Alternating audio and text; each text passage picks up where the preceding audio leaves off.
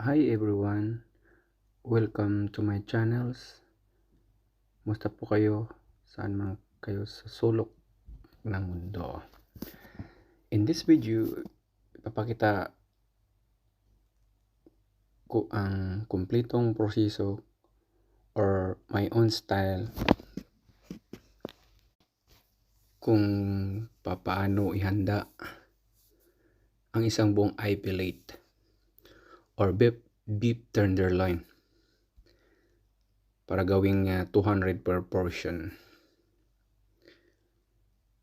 My own style how to remove the sinew na hindi masayang.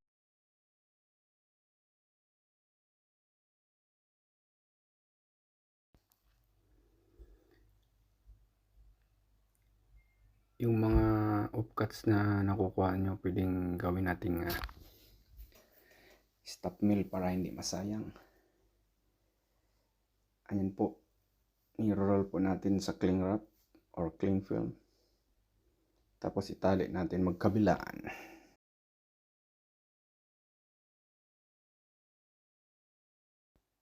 Please don't forget to connect my channel para po to inspire to make more videos. Maraming salamat sa mga nanonood.